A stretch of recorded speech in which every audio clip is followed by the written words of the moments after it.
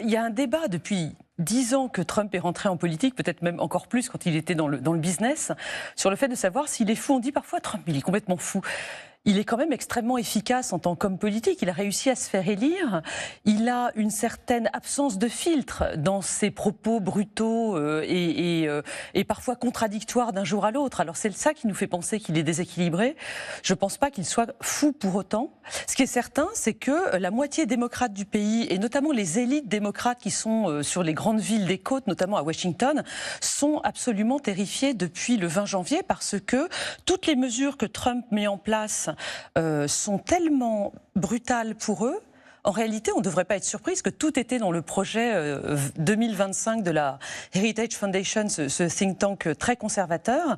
Mais je pense que la plupart des démocrates aux États-Unis étaient dans le déni, où se disait qu'il aurait encore des garde-fous autour de lui qui empêcheraient toutes ces mesures d'être prises. Et de fait, il n'y a plus de garde-fous autour de Trump. Il a autour de lui des gens qui soit pensent comme lui, c'est le cas de J.D. Vance, le vice-président, ou qui sont sous emprise, on pourrait dire. Je pense que même certains, parmi les élites républicaines, ont peur. Et on les voit dans un silence total. Les démocrates sont totalement inaudibles, silencieux depuis leur défaite en novembre dernier.